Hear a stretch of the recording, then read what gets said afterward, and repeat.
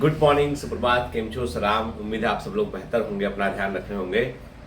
आप में से कई सारे लोग जो है वो इस बात को लेके बहुत चिंतित रहते हैं कि सर कभी कुछ करने बैठते हैं ना तो थोड़े समय तक तो उस चीज़ में मन लगता है, बाद में मन नहीं लगता है फिर। ठीक है, मतलब हम सोचते बहुत सारा है कि आज हम ऐसा करेंगे वैसा करेंगे, है ना, पूरे जोश के साथ हम शुरुआत करते हैं, लेकिन फाइनली क्या होता है कि एक दो दिन में जोश ठंडा पड़ जाता है और किसी चीज और चीज में हमारा मन लगने लगता है। ठीक है, कई बार तो ये समझ में नहीं आता है कि हमने जो डिसाइड किया वो खुद डिसाइड किया है या किसी और के कहने पर आकर हम डिसाइड कर कर बैठे हुए हैं। कई बार लगता है कि मेरा पैशन ये है और थोड़े समय बाद लगता है नहीं ये नहीं करूंगा, कुछ और करूंगा, शायद इसमें स्कोप उतना नहीं है। ठीक है, बहुत सारे लोग इस बात को लेकर चिंतित होते हैं कि भैया किस चीज में स्कोप है, किस में स्कोप नहीं है। मैं क्लियर कर दूं आपसे कि हर चीज में स्कोप है। स्कोप व्यक्ति में होता है, किसी भी व्यवसाय में नहीं होता है। ठीक है, हो सकता है 10 कचौड़ी की दुकानें लाइन से खुल जाए, उसमें से 2 कचौड़ी की दुकानें अच्छी चले, जिनको कचौड़ी सच में बनाने में मजा आता है और अच्छा कचौड़ी बनाते हैं। 8 कचौड़ी की दुकानें कम चलेंगी। ऐसे ही मेडिकल प्रैक्टिस का है कि एक डॉक्टर जो है वो बहुत बढ़िया प्रैक्टिस करता है, बाकी 5 डॉक्टर की प्रैक्टिस एवरेज होती है। कारण उसके पीछे ये है कि आप जो भी अपना काम करते हैं उसमें कितना आपको हुनर है, कितना स्किल है। और स्किल और हुनर जो है ना वो पूरे व्यक्तित्व से आता है। आपका काम में कितना इन्वॉल्वमेंट है, अपने काम को करते में आप कितना मजा ले रहे हैं, कितना आप अच्छा फील करते हैं। मतलब हमेशा काम को करते में मजे लेने का मतलब है जब आप काम कर रहे हैं ना तो आप उससे बोरियत फील ना करते हो। अपने काम को करने में यदि आपको लग रहा है ना कि अरे यार ये काम निपटाऊं चले जाऊं मैं, तो वो आप वो क्या चीज़ है, वो चीज़ वो है जो आपको हमेशा एवरेज रखेगी। जैसे मैं गौर करता हूं कि मेरे यहाँ पे भी क्या है कि स्टाफ, हम लोगों के पास भी स्टाफ अच्छी खासी संख्या में है।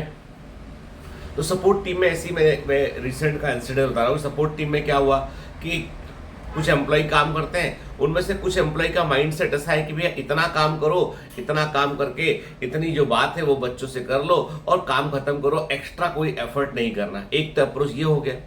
दूसरा अप्रोच ये है, कुछ स्टाफ एम्प्लॉय ऐसे हैं जो एक्स्ट्रा माइलस्टोन तय करते हैं, बच्चों से बेहतर कम्युनिकेशन स्टेब्लिश करते हैं, बच्चों की बातों को सुनते हैं, नोट करते हैं, मुझसे पूछते हैं। तो 2 तरह के स्टाफ हो गए। एक वो जिसके पास काम आया, उसने उस काम को निपटाया, किसी तरीके से पूरा किया और शाम को घड़ी में 5-6 बजने का वेट करने लगे घर जाने के लिए। दूसरे वो है जो थोड़ा रुक भी जाते हैं, जो थोड़ा सा एफर्ट करते हैं, जो अपने घर से भी एफर्ट करते हैं कि मुझे नहीं बायोमेंटस के बच्चे हैं, उन्हें कोई तकलीफ नहीं होना चाहिए। अब आप बताओ सोच के खुद कि यदि मेरे पास कोई अपॉर्चुनिटी होगी कि किसी को मुझे ग्रो करना है, किसी को मुझे जो है थोड़े इंक्रीमेंट करना है या किसी को मुझे प्रमोशन करना है, तो मैं किस पर ध्यान दूंगा? जाहिर सी बात है दूसरे वाले ग्रुप पर ध्यान दूंगा, क्योंकि वो अपने काम में इन्वॉल्व है, अपने काम में बेस्ट करने की कोशिश कर रहा है।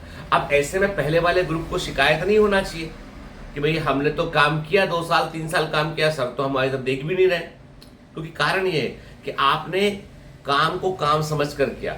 दूसरा, कुछ लोग ऐसे होते हैं जो काम में अपना 100% समर्पण रखते हैं, तो ऐसे लोग ही ग्रो करते हैं। सेम चीज मैं हमेशा बताता हूँ, ये एग्जाम्पल मैं हमेशा देता हूँ और ये बड़ा मेरी दिमाग पे छप गया वाला एग्जाम्पल है। वो ये है कि भारती जब यूपीएससी की तैयारी कर रही थी तो जब मैं अपने ऑफिस के लिए, अपने हॉस्पिटल के लिए निकला करता था तो मैं बोलता था कि भारती में जा रहा, तुम कब क्या करोगे दिन में?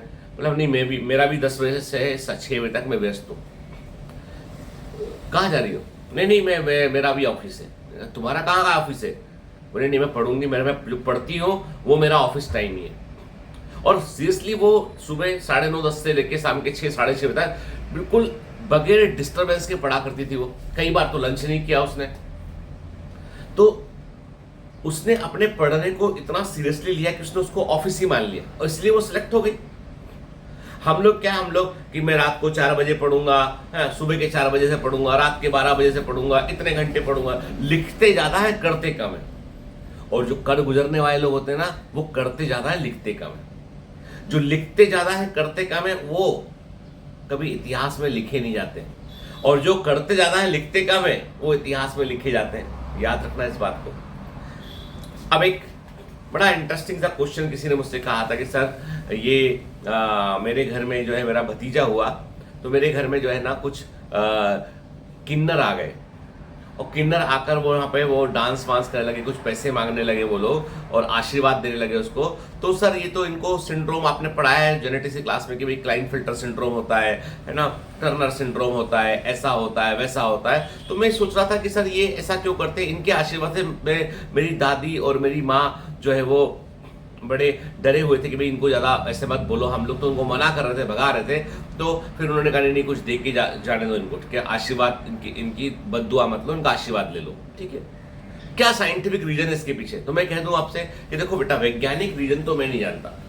मतलब मैं बोलूं कि किसी के आशीर्वाद से, किसी के ब्लेसिंग से, ये बोलूंगा ये भावनात्मक होता है, इमोशनल होता है और शायद पॉजिटिव एनर्जी होती है कि आप किसी की ब्लेसिंग्स को लें।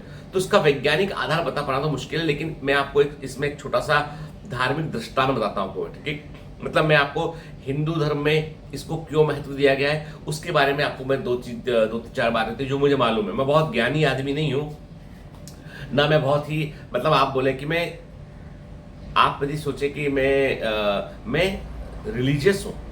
रिलीजियस का मतलब है मैं ईश्वर को मानने वाला गॉड बिलिंग व्यक्ति हूँ, लेकिन मैं ईश्वर को मानता हूँ तो मैं अल्लाह का भी सम्मान करता हूँ, मैं गॉड का भी सम्मान करता हूँ, वाहेगुरु का भी सम्मान करता हूँ। मैं हर उस देवी देवता का जो पत्थर में बना के रखा दिया किसी ने, चाहे वो आदिवासी देवी देवता क्यों ना, उनका भी मैं बराबर सम्मान करता हूँ। जहाँ जहाँ इंसान की श्रद्धा है वहाँ वहाँ मेरी श्रद्धा है ना।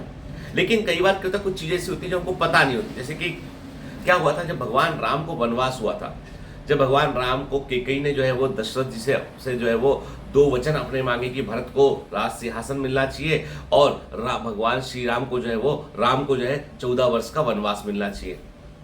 अब चूंकि दशरथ जी जो है वो कैकेयी को दिए गए वचनों में उलझे हुए थे तो उनको वो चीजें माननी पड़ी। जब भगवान राम को जो है वो वनवास के लिए वनवास दिया गया तो वो उनको अपने अयोध्या से बाहर निकलकर जंगल में प्रस्थान कर रहा था। तो राम, सीता जी और लक्ष्मण जी ये सब लोग जो है वो सरयू नदी के किनारे से जा रहे थे। तो गांव के अयोध्या के सभी लोग जो है उनको छोड़ने के लिए आए कि जो है इनको अपन जो है वो विदा करते जा रहे हैं, 14 साल के बाद मिलेंगे ये। राम अपने युवा काल में बहुत पॉपुलर व्यक्ति थे, उन्होंने कई सारे ऋषि मुनियों की मदद की थी, कई सारे राक्षसों को मार गिराया था, मतलब परम वीर थे। परम वीर कहते हैं जो जब उस समय जो भी तकनीक रही होगी उसका वो बेहतर इस्तेमाल करना जानते थे, वो होशियार व्यक्ति थे, बड़े पॉपुलर थे। तो अयोध्या के सभी लोग जो है उनको छोड़ने आए सरयू नदी के किनारे। तो जब वो जा रहे थे तो भगवान श्री राम ने जो है वो अपने पूरे नगर के लोगों को संबोधित करते हुए कहा कि आप सभी, मैं सभी स्त्री और पुरुषों से निवेदन करता हूं कि आप सब अपने अपने घर लौट जाएं और मैं 14 वर्ष के बाद जब यहां पर आऊंगा तो तब मैं उम्मीद करता हूं आप मेरे स्वागत के लिए आएंगे और तब मुझे मन को अच्छा लगेगा, ठीक है। ऐसा बोल के वो निकल जाते हैं, अयोध्यावासी लौट जाते हैं। 14 वर्ष के बाद भगवान श्री राम जब लौट के आते हैं तो देखते हैं वो कि जब वो नदी क्रॉस कर रहे होते हैं, आ रहे होते हैं जंगल से, तो देखते हैं कि सरयू नदी के किनारे कई सारे घर बने हुए हैं और उन घरों में किन्नर रहते हैं। बाकी सभी लोग नगर के अंदर अयोध्या में रह रहे थे, लेकिन जहां भगवान श्री राम को छोड़कर लोग गए थे वहां पे किन्नरों ने अपनी बस्ती बसा ली थी और किन्नर वहां रहा करते थे। तो श्री राम को जो है वो आश्चर्य हुआ कि ये लोग अपने घर लौट के क्यों नहीं गए, ये अपने घरों से निकल के आए और नदी के किनारे क्यों रह गए। तो वो किन्नरों को बुला के पूछते कि भाई तुम लोग यहाँ 14 साल से मैं जंगल में था, अब जब आ रहा हूं तो तुम लोग यहाँ पर जो है यहाँ नदी किनारे इतने कष्ट में क्यों रह रहे हो, तुम्हारे घर तो अंदर थे, मेन मुख्य अयोध्या नगरी के अंदर तुम्हारे घर थे, तुम ये बाहर कैसे। तो वो कहते हैं कि जब आप छोड़कर हमें जा रहे थे ना तो आपने है ना लोगों से कहा कि समस्त स्त्री और पुरुष अपने अपने घर लौट जाओ और मैं जब 14 वर्ष बाद आऊंगा तो मिलूंगा। तो हम लोगों का आपने जिक्र नहीं किया, आपको हम अपना भगवान मानते हैं और आप हमको भूल गए। मतलब हम इतने मतलब हम समाज में इस प्रकार स्वीकार किए गए लोग हैं कि हमको ईश्वर भी भूल जाता है। ईश्वर ने भी हमारे साथ में एक तो न्याय नहीं किया और न्याय नहीं करने के बाद ईश्वर हमको भूल भी जाता है। तो हम यहीं पर रुके थे आपके लिए कि जब आप आओगे तो आपसे पूछेंगे भी और आपके साथ ही नगर के अंदर जाएंगे। तो श्री राम को बड़ा बुरा लगता है मन में कि उन्होंने इस बात को कैसे भूल गए वो, कि उन्होंने इनको संबोधित नहीं किया। तो वो उनको आशीर्वाद देते, कहते हैं कि आज से ही समझ लीजिए आप कि तुम्हारा जो आशीर्वाद है वो राम का आशीर्वाद है, जो तुम दूसरों को ब्लेसिंग्स दोगे वो राम की ब्लेसिंग्स होगी, ऐसा कहते हैं भगवान। तो ऐसा जो है वो अलग अलग रामायण के भी कई वर्जन है, वाल्मीकि रामायण है, तुलसीदास रामायण है, ऐसे कई वर्जन है।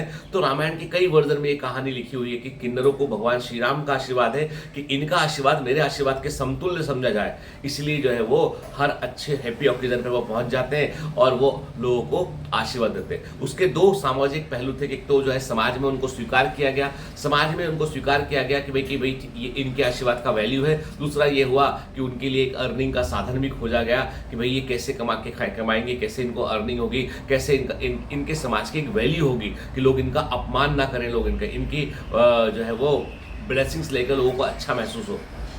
ये कहानी है। तो अब ये कहानी में आप बोलेंगे तो मैं ये जो स्टोरी है ये बताती है बेसिकली कि हमारे समाज ने जो है वो जो हाशिए पर जो लोग हैं, जो लोग जो है सामान्य समाज की मुख्य धारा से थोड़े अलग हट करें, उनको जोड़ने के लिए भी जो है वो कितना जो है वो गहरा रिसर्च करके उसको अंदर इंटीग्रेट किया इसके अंदर उन्होंने।